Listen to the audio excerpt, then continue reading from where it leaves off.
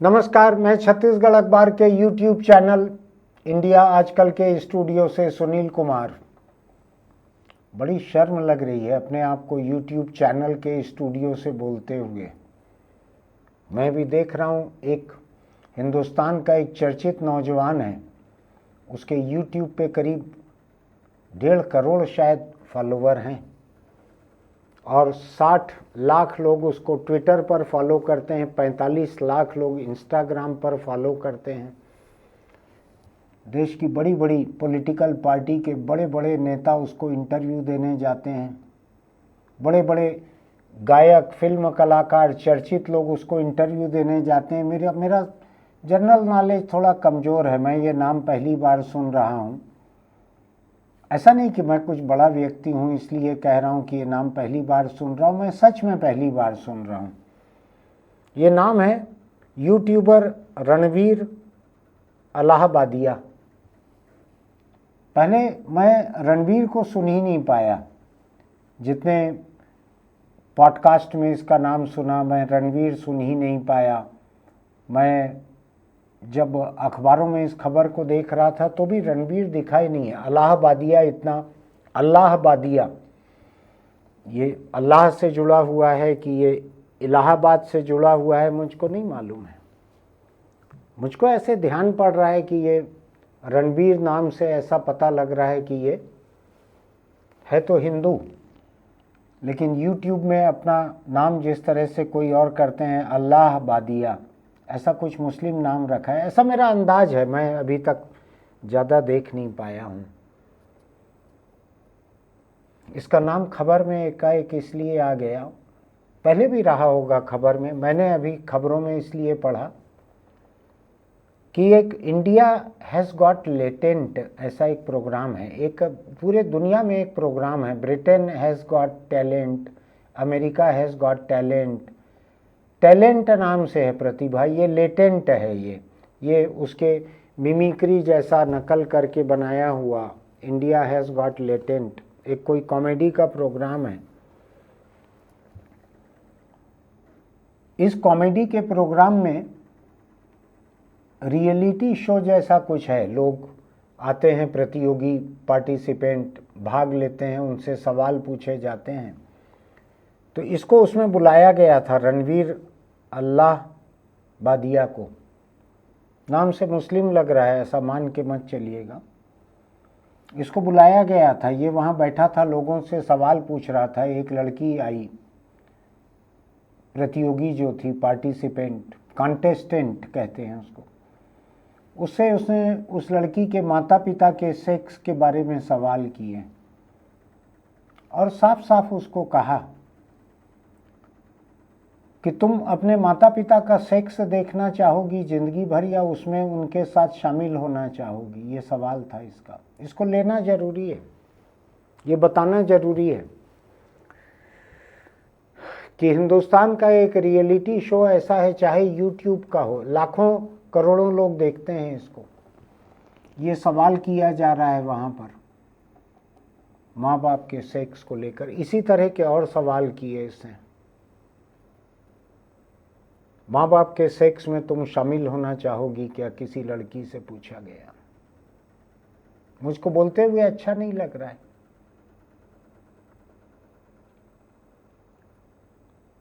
इसके ऊपर बहुत सारे नोटिस मिल गए हैं इसको। असम सरकार में असम के मुख्यमंत्री ने इस प्रोग्राम से जुड़े हुए जितने लोग हैं, बनाने वाले और लोग और दूसरे जज या जूरी मेंबर, उन सब के ऐसे 5-7 लोगों के नाम से FIR किया है। आपको कोशिश करेंगे हम उनका ट्वीट दिखाने की। असम के मुख्यमंत्री हिमंता बिस्वा शर्मा ने कहा है, अलग अलग बहुत से राजनीतिक दलों ने कहा है कि इसको बंद किया जाए। इसका प्रोग्राम, इसका एक पॉडकास्ट अलग से आता है, क्या नाम है इसका, रणवीर अलाहाबादिया। इसको बंद किया जाए, इसका पॉडकास्ट। जिस तरह की गंदी घटिया बातें ये कर रहा है, इसको बंद किया जाए पॉडकास्ट को। कुछ लोगों ने ये भी लिखा है ट्विटर वगैरह पर कि जाकर स्टूडियो में इनकी रिकॉर्डिंग में आग लगा देना चाहिए। हिंसक बात है, लेकिन फिर भी मैं कह रहा हूँ, लिखने वाले कैसी हिंसक बातें लिख रहे हैं, जैसी हिंसा होनी नहीं चाहिए। लोगों ने लिखा है कि इन सब लोगों को जिंदा जला देना चाहिए वहाँ पे। ऐसा नहीं करना चाहिए कभी भी किसी को। देश में कानून है, उस कानून के तहत हो सकता है इनको जेल हो जाए, शायद वही उनका मकसद भी है। जेल होगी तो कितनी होगी? अश्लीलता वगैरह के मामले में जेल का मुकदमा जो है महीना 15 दिन से ऊपर की जेल नहीं देगा। उसके बाद जब निकल के आएंगे तो 1.5 करोड़ से बढ़कर इनके दर्शक 3 करोड़ हो जाएंगे। ये धंधा ऐसा ही है। इसमें बदनाम हुए तो क्या नाम नहीं हुआ उस किस्म का है। जैसे किसी की फिल्म, उसमें अश्लीलता का आरोप लगा के उसके खिलाफ प्रदर्शन किया जाए तो फिल्म चल निकलती है। उसमें किसी जाति या धर्म के खिलाफ है कह दिया जाए पूरे देश में 150 शहरों में, उसके फिल्म डायरेक्टर के, प्रोड्यूसर के पुतले जला दिए जाएं, 10-20 FIR हो जाए तो फिल्म का हिट होना तय होता है। कुछ ऐसा ही हाल यूट्यूब चैनलों का भी है। यूट्यूब को ये जरिया बना लिया गया है अश्लील बातें करने का। यूट्यूब है, फेसबुक है, इंस्टाग्राम है। माफ़ी मांगी है इसने, उससे कोई फर्क नहीं पड़ता। जब आप एक बार, मेरे जैसा व्यक्ति जिसने इसका नाम नहीं सुना था अभी तक, अब मानवाधिकार आयोग कह रहा है कि इसको हटाओ यूट्यूब से तुरंत, इस एपिसोड को। जो एक लड़की से, एक कंटेस्टेंट से पूछ रहा है लड़की से कि तुम अपने माँ बाप का सेक्स देखना चाहोगी जिंदगी भर हर दिन, या उसमें शामिल होना चाहोगी? मैं इस सवाल को कह रहा हूं, मैं छुपाना नहीं चाहता हूं कि कुछ अश्लील पूछा था। ऐसा आपको भी पता रहना चाहिए कि क्या अश्लील है। आप चर्चित हैं, आपको कहीं किसी जज की कुर्सी पे बिठा दिया गया है, जैसा आज मुझको इस कैमरे के सामने बोलने का मौका आप लोगों की वजह से मिल रहा है। तो क्या मैं गंदी बातें करना शुरू कर दूं? शोहरत बहुत हो जाएगी। जितने लोग अभी देखते हैं इससे 100 गुना लोग देखने लगेंगे। मैं देखता हूँ यूट्यूब पे जो अश्लील बातें, छोटी छोटी 1 मिनट की, 2 मिनट की रील बना के जो पोस्ट कर रहे हैं रोज, उनको भी देख रहा हूं मैं। कई मिलियन में उनकी दर्शक संख्या जा रही है। उनको यूट्यूब से पैसा भी मिल रहा है, 10 लाख रुपया महीना उनको मिल रहा है। या तो राजनीतिक मुर्गा लड़ाई आप कराओ तो मिलता है, आप किसी के पक्ष या विपक्ष में प्रोपेगेंडिस्ट हो जाओ, प्रचारक बन जाओ, उसके अंधाधुंध अंधभक्त हो जाओ किसी के भी, ए के या बी के, तो भी आपको अंधाधुंध पैसा मिलता है, दर्शक संख्या बढ़ती है। लेकिन आप तर्क संगत बात करो तो उससे दर्शक संख्या नहीं बढ़ती। तो आज हालत यह है कि मुझको फेसबुक पे बहुत सारी ऐसी रील दिखती है, और मैं तो अश्लील चीज़ों को भी देख लेता हूँ बीच बीच में कि क्या चल रहा है बाजार में आज, अश्लील क्या चल रहा है। मुझको लिखने के लिए, अखबार में यहाँ बोलने के लिए काम आता है। महिलाएं अपने 10 साल 12 साल के बेटे के साथ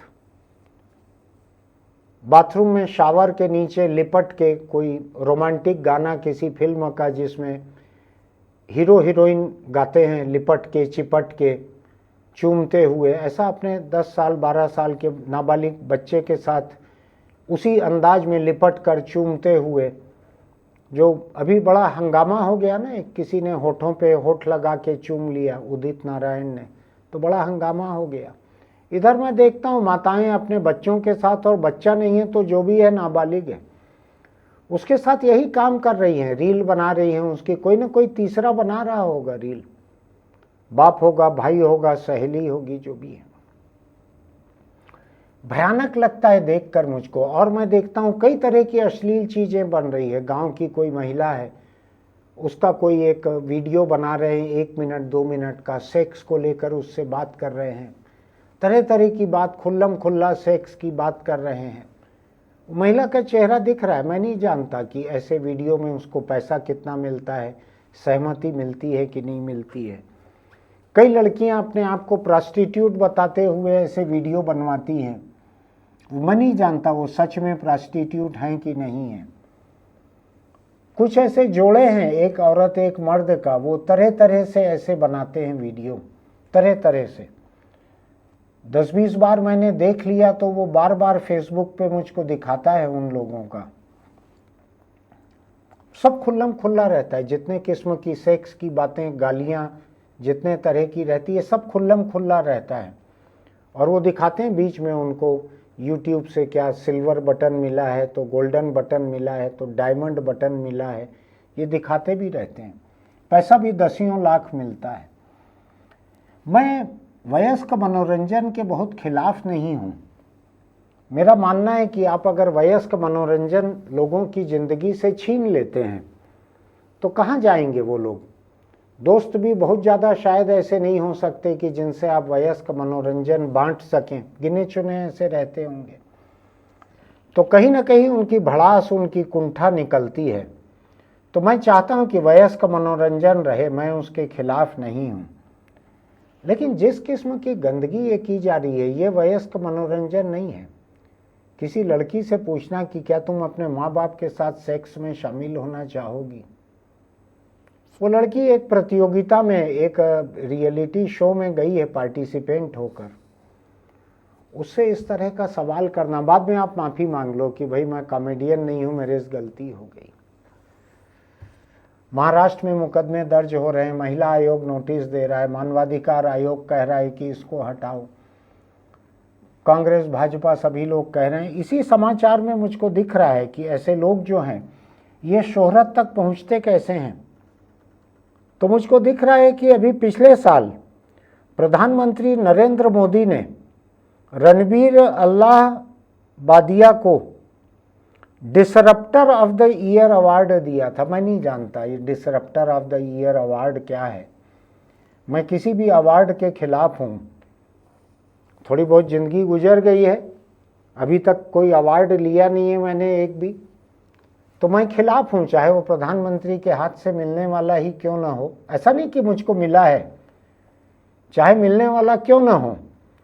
मैं अगर अड़े नहीं रहता, डटे नहीं रहता, खिलाफ नहीं रहता, तो पिछले 25 साल में छत्तीसगढ़ सरकार का पत्रकारों के लिए सबसे बड़ा सम्मान जो है मुझको मिला रहता।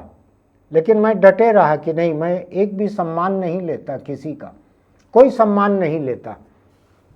लेकिन अब ये बड़ा व्यक्ति होगा, ये प्रधानमंत्री नरेंद्र मोदी ने पिछले बरस इसी यूट्यूबर रणबीर अल्लाहबादिया को disruptor of the year award से सम्मानित किया था। ये मैं खबर पढ़कर आपको बता रहा हूं, मैं मौजूद नहीं था उसमें।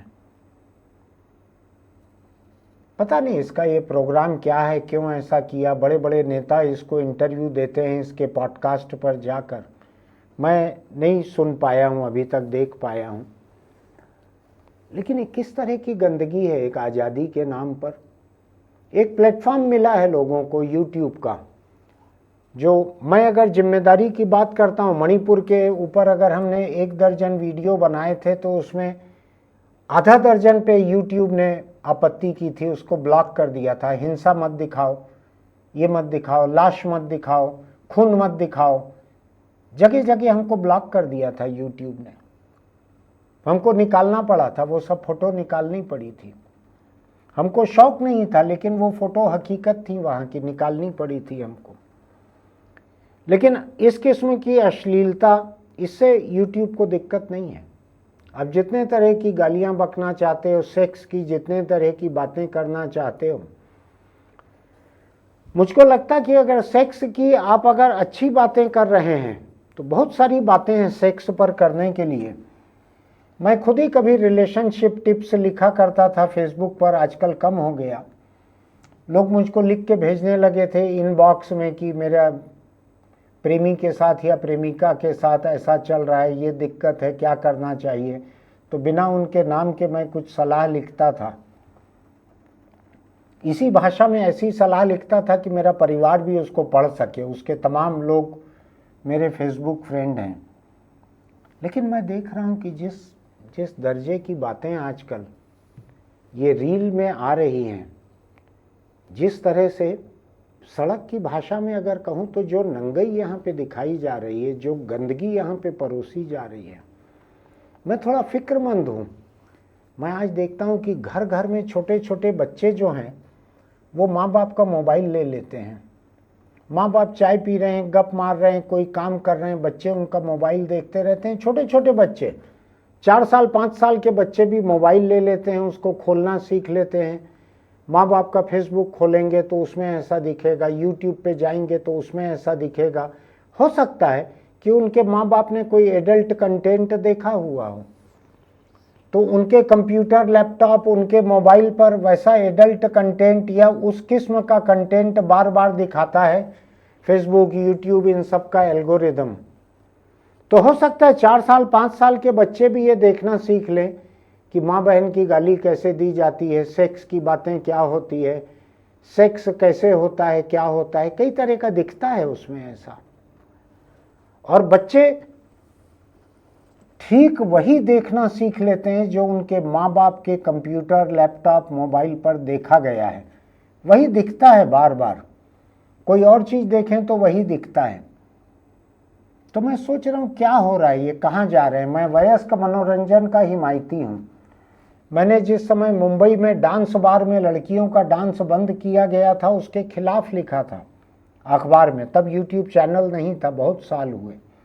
उसके बहुत खिलाफ लिखा था मैंने कि एक वयस्क मनोरंजन है जिससे 1,50,000 लड़कियों की रोजी चल रही है वहाँ पे मुंबई में। अब इससे उनको प्रॉस्टिट्यूशन की तरफ धकेल दिया जाएगा, इसको बंद करके डांस बार को। तो मुंबई डांस बार के एसोसिएशन के जो प्रेसिडेंट थे, एक सरदार जी थे, मैं नाम अभी भूल रहा हूँ, उनको किसी ने वो संपादकीय मेरा लिखा हुआ भेज दिया था। वहाँ से उन्होंने मुझको फ़ोन किया कि साहब आपने गजब का लिखा है, ऐसा तो हम खुद अपने पक्ष में नहीं लिख सकते थे।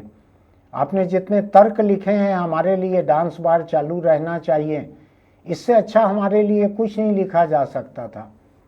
आप कभी आए मुंबई तो मुझको सेवा का मौका दीजिएगा, ऐसा भी उन्होंने कहा था। मेरा जाना नहीं हो पाया मुंबई, नहीं तो मैं जाता जरूर डांस बार में डांस देखने के लिए। फिल्मी गानों पे डांस होता है, कुछ लोग दारू पीते हैं बैठ के, बीच में घेरे में डांस चलता है, लोग जाके कुछ नोट वोट लुटा देते हैं। मुझको नहीं लगा कि इसमें ऐसी कोई आपत्तिजनक बात है जितना कि ये प्रधानमंत्री से सम्मानित यूट्यूबर रणवीर अल्लाहबादिया ने जो गंदगी की बातें कही हैं।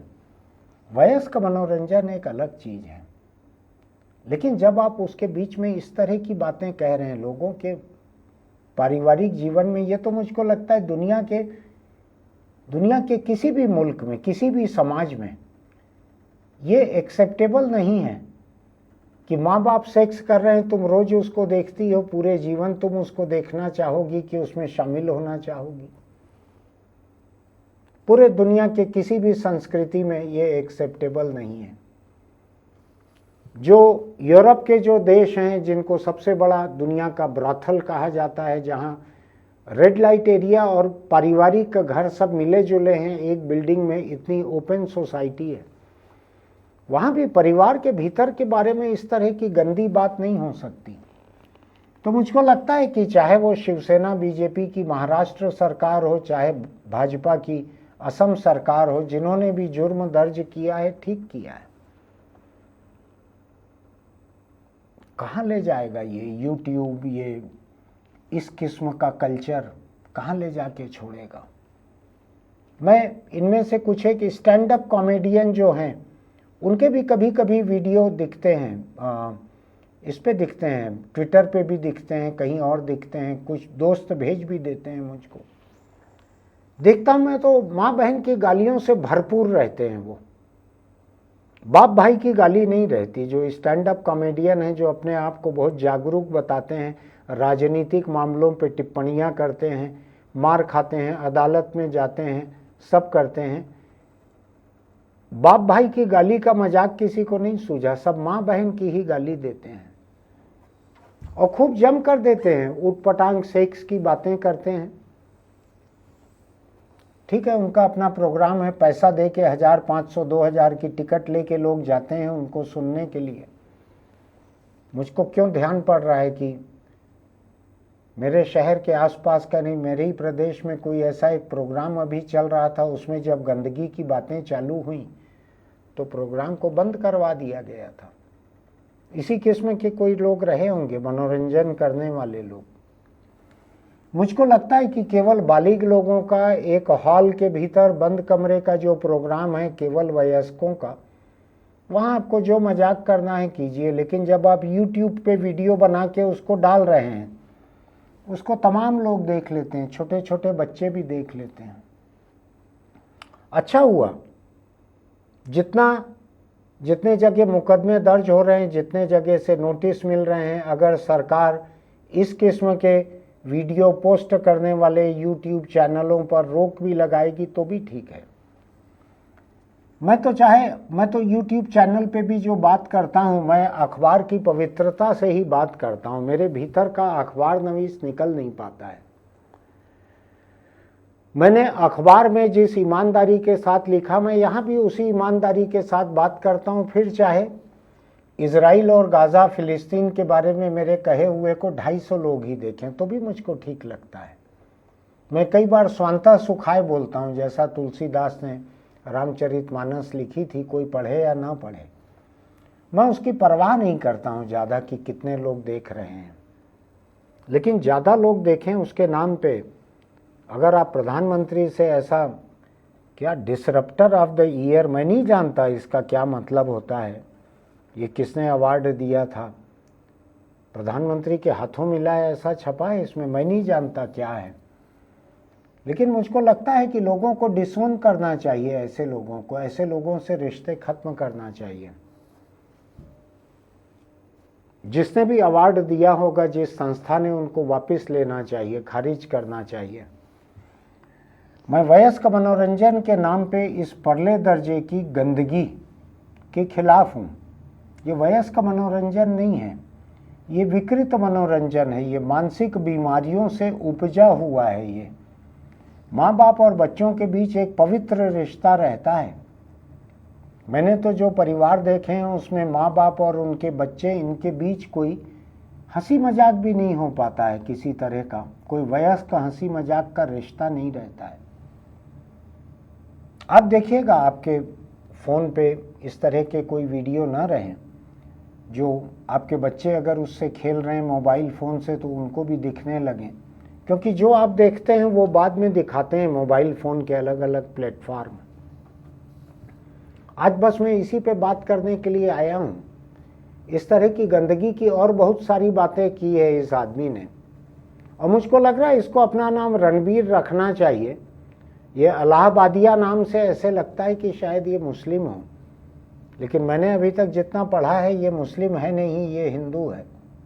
मैंने ढूंढने की कोशिश की है कि ये हिंदू है कि मुस्लिम है ये, क्योंकि देश में आज मायने बहुत रखता है, ये बहुत मायने रखता है। तो मुझको पता लगा कि ये हिंदू है, क्षत्रिय है। इलाहाबादिया से धोखा हो सकता है, हटा देना चाहिए इसको, क्योंकि उससे मुस्लिमों के ऊपर आंच आ रही है कि मुस्लिम है ऐसा। इसकी माँ, इसके पिता का नाम गौतम है इलाहाबादिया, माँ का नाम स्वाति इलाहाबादिया, बहन का नाम आकांक्षा इलाहाबादिया।